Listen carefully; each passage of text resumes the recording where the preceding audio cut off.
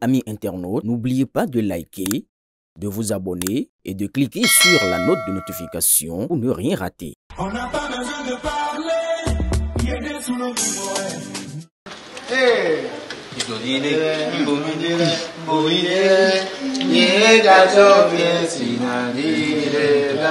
Alléluia. Fête Ignamtele du 13 au 17 prochaine, ici à Agualand. Vous venez manger, hein? Vous venez savourer, hein? Tu es satisfait. Tu es satisfait.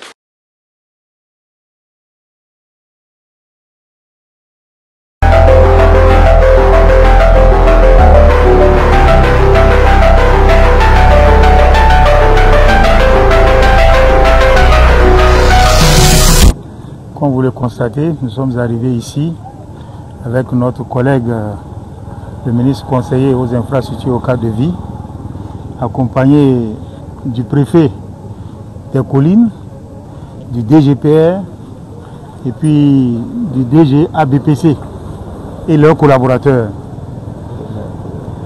Nous avons aussi le maire qui est avec nous. Eh bien, nous sommes arrivés parce que nous avons reçu l'information très tôt ce matin, parce que l'accident a eu lieu aux environs de 1h du matin. Nous avons été aussitôt informés et nous avons activé la plateforme qui est chargée de la gestion des catastrophes et tous les principaux acteurs se sont mis à pied d'œuvre. Je crois que les choses évoluent très bien. C'est vrai, nous n'avons pas encore tiré le bus de l'eau, mais la grue est déjà là. Les différents outils sont en train d'être réunis et d'un instant à l'autre, l'opération sera faite. Tous les acteurs sont là, ils sont suffisamment aguerris, ils ont l'expérience requise et ça sera fait dans les conditions les plus appropriées. Donc, à la fin, lorsque les corps seront retirés, eh bien, le ministre de la Santé a déjà pris toutes les dispositions au niveau des hôpitaux pour que ces corps soient récupérés et conservés dans de bonnes conditions, afin qu'on puisse organiser la remise des corps aux parents.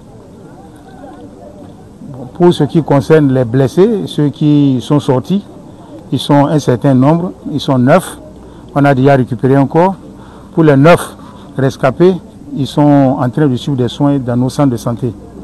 Et je crois que ça se passe très bien et que d'ici là, ils vont recouvrer leur santé. Donc voilà ce que je peux dire en attendant qu'on commence l'opération proprement dite et qu'on puisse apprécier les résultats. Nous présentons au nom du chef de l'État, du gouvernement, les sincères condoléances aux familles éplorées. Nous tenons aussi à leur exprimer notre compassion. Le chef de l'État a été très touché par cet événement. Il a insisté pour que toutes les dispositions soient prises afin que les choses se passent normalement. Normalement, et je crois que depuis que nous avons reçu l'information jusqu'à cet instant, nous sommes dans cette dynamique-là. Les choses se passent bien et nous ferons tout pour qu'elles se passent bien jusqu'à la fin. Donc pour les blessés qui sont dans nos hôpitaux, nous leur souhaitons une prompte guérison et nous comptons sur nos agents de santé. Je crois que, en tout cas, notre collègue de la santé y veille pour que les soins les plus appropriés leur soient administrés. Bon, tel que le ministre de l'Intérieur l'a dit, nous avons appris l'information très tôt le matin et le ministre José Tonato et moi, on s'est organisés pour venir au secours. Bon, n'étant pas sur les lieux pour voir la situation réelle de l'accident, nous avons pensé qu'il fallait immédiatement acheminer un camion grue sur le site. Nous avons appelé une entreprise partenaire, Porteo BTP, qui a amené le camion grue que vous voyez là-bas. Une fois sur les lieux, nous avons constaté que le positionnement du bus dans le fleuve ne permet pas au camion grue tout seul de pouvoir l'extraire de l'eau. Donc il faut un système de chaîne. Et là, nous avons contacté une autre entreprise partenaire, ADOT, qui est en route actuellement avec la chaîne Et lorsque ces deux équipements seront mis ensemble, nous allons pouvoir tirer le bus du fleuve et tout le dispositif que le ministre de l'Intérieur dont il vient de parler va se mettre en branle, à savoir l'acheminement des corps, etc. Je voudrais saisir l'occasion pour parler encore une fois aux usagers de la route.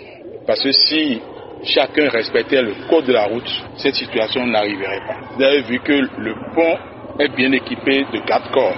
Ça veut dire que si ce bus était à une vitesse normale, il y a d'abord les contre-roues qui sont ici, qui vont d'abord le freiner et ensuite il ne pourra pas aller défoncer les garde-corps comme il a fait.